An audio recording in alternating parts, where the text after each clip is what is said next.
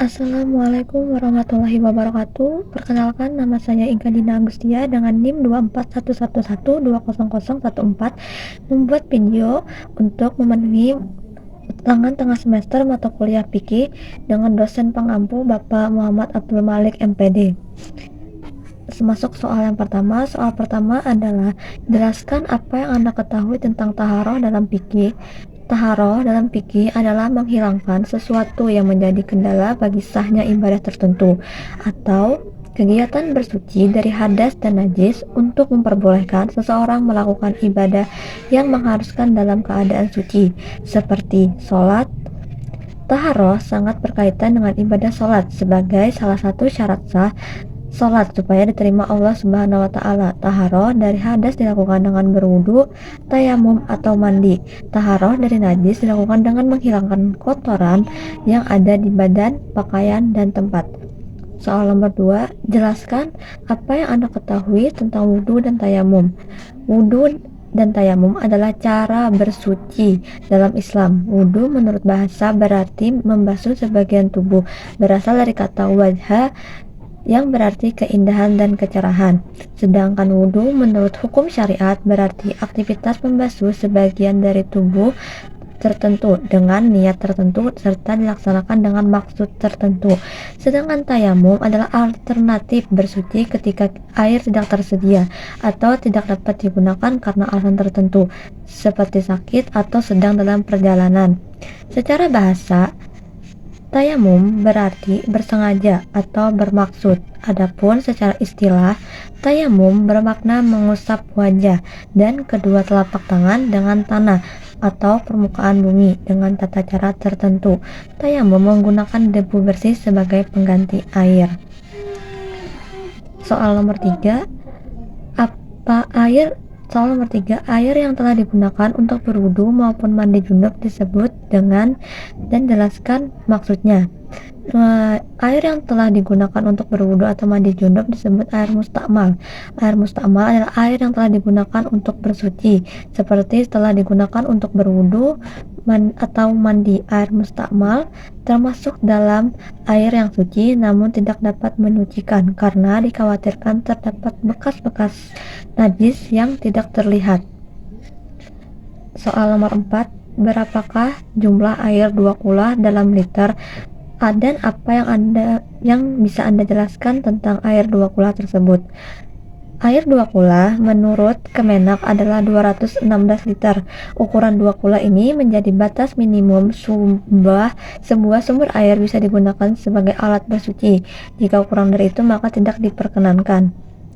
Soal nomor 5, jelaskan apa yang Anda ketahui tentang istinja.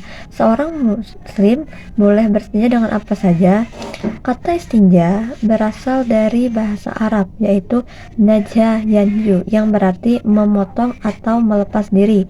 Kata istinja adalah kegiatan membersihkan najis yang keluar dari dubur dan kemaluan dengan menggunakan air, batu, tisu atau benda lain yang bersih dan suci.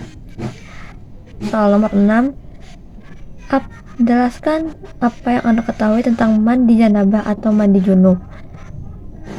Mandi junub adalah mandi wajib yang dilakukan untuk membersihkan diri dari hadas besar, yaitu keadaan kotor setelah keluar mandi atau bersetubuh. Mandi junub juga dikenal sebagai mandi wajib atau al-ghushal dalam bahasa Arab. Mandi junub wajib dilakukan dalam beberapa kondisi, diantaranya keluar mani, baik dalam keadaan sadar maupun tidak sadar atau tidur, melakukan hubungan intim antara pasangan suami istri ketika masa menstruasi atau nifas telah berakhir, meninggal dalam keadaan Islam. Mandi wajib penting untuk dilakukan agar kembali bersih dan suci untuk dapat kembali beribadah seperti sholat hingga membaca Al-Quran.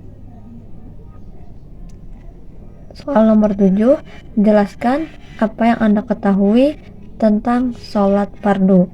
Sholat fardu adalah ibadah wajib yang harus dikerjakan oleh umat muslim yang sudah balik dan berakal. Sholat fardu merupakan salah satu rukun Islam dan tiang agama. Sholat fardu terbagi menjadi 2 golongan, yaitu fardu ain dan fardu kifayah. Fardu ain wajib dikerjakan oleh setiap individu seperti sholat 5 waktu dan sholat Jumat bagi pria. Sedangkan fardu kifayah wajib dikerjakan oleh seluruh umat muslim, tetapi akan gugur dan menjadi sunnah jika sebagian umat muslim lainnya sudah melakukannya. Contohnya, sholat jenazah. Soal nomor 8, jelaskan apa itu rukun qauli dan sebutkan. Rukun qauli adalah bacaan atau perkataan yang harus diucapkan dalam sholat. Rukun qauli dalam sholat terdiri dari takbiratul ihram, membaca al-fatihah, membaca tahiyat akhir, sholawat kepada Nabi dalam tahiyat akhir, dan salam yang pertama. Soal nomor 9, jelaskan apa yang Anda ketahui tentang sholat kasar dan jama'. Sholat kasar adalah sholat yang dipendekkan atau diringkas jumlah rakaatnya. Sholat kasar merupakan keringanan yang diberikan Allah Subhanahu wa Ta'ala kepada umat muslim yang sedang melakukan perjalanan jauh atau musafir. Sholat yang dapat dikasar adalah sholat zuhur, asar, dan isya dengan jumlah rakaat yang dikurangi dari 4 menjadi 2. Sholat kasar tidak berlaku untuk sholat maghrib dan subuh. Sedangkan sholat jamak adalah sholat yang dilakukan dengan menggabungkan dua sholat fardu dalam satu waktu. Sholat yang boleh dijamak adalah sholat zuhur dengan asar dan sholat maghrib dengan isya. Sholat jamak dapat dilakukan dalam beberapa kondisi, diantaranya: 1. Dalam perjalanan jauh minimal 82 km. 2. Sakit, lemah, atau kesulitan. 3. Cuaca buruk. Sholat jamak dibagi menjadi dua jenis, yaitu jamak takdim dan jamak takhir. Jamak takdim adalah menggabungkan sholat di awal waktu atau pada waktu sholat yang pertama. Sedangkan jamak takhir adalah menggabungkan sholat pada waktu sholat yang kedua. Sholat subuh tidak diperbolehkan untuk dijamak dengan sholat apapun. Sekian penyampaian dari saya. Mohon maaf jika ada kesalahan atau kekeliruan dalam penyampaian. Wassalamualaikum warahmatullahi wabarakatuh.